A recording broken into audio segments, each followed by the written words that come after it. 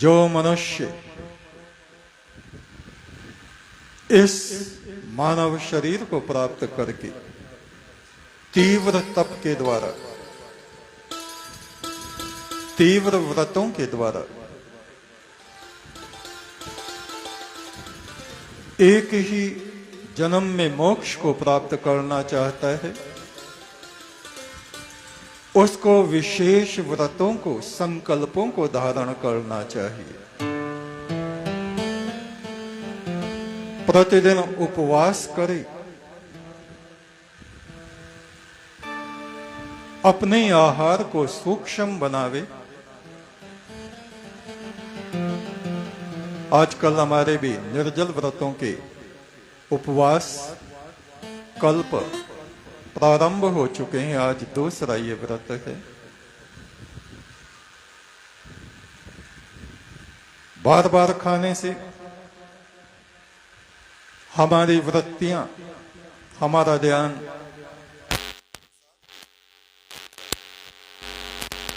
शरीर में आलस्य, निद्रा, प्रमाद, अज्ञान और मूर्खता, ये तत्व बढ़ते चले जाते हैं। तमस बढ़ता चला जाता है। इसी बात को नारद ऋषि सुखदेव मुनि को कह रहे हैं। बार बार खाना पीना, बहुत ज्यादा लोगों से मिलना जुलना, इसका त्याग कर दो।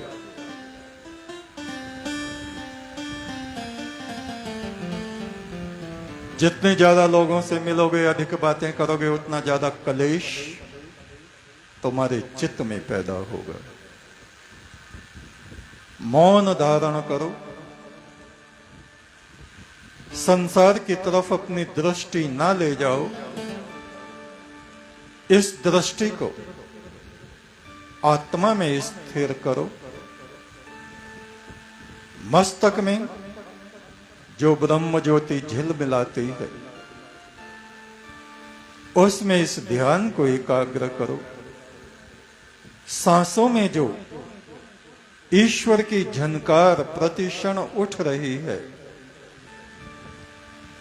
उस झनकार को मौन होकर सुनो। परम ब्रह्म परमात्मा का मंत्र जो सतगुरु से हमें मिला है, उसको जपो।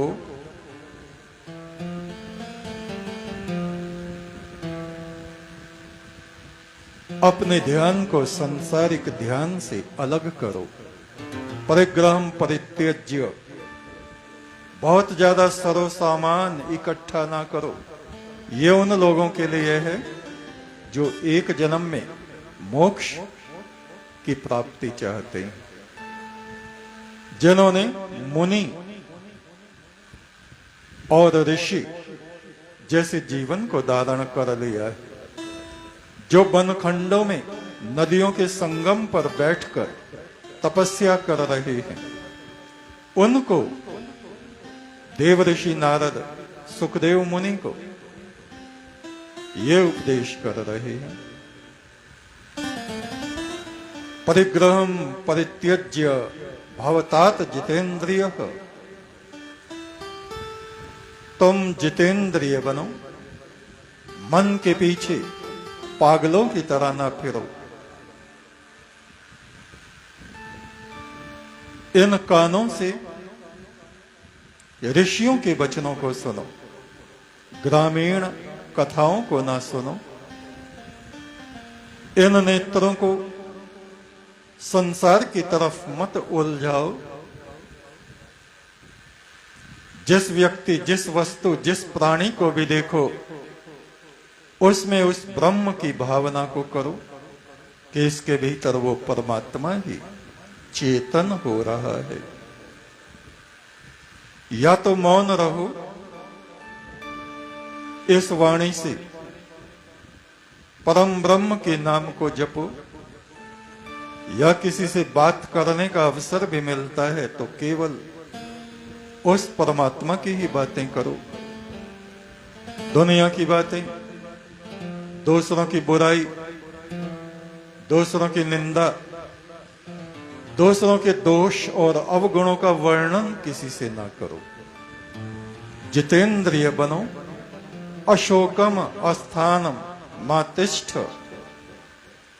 संसार में जब जब हमारा ध्यान जाता है, हमें शोक, दुख, क्लेश, चिंता, अवसाद और विषाद, इन सब की प्राप्ति होती है।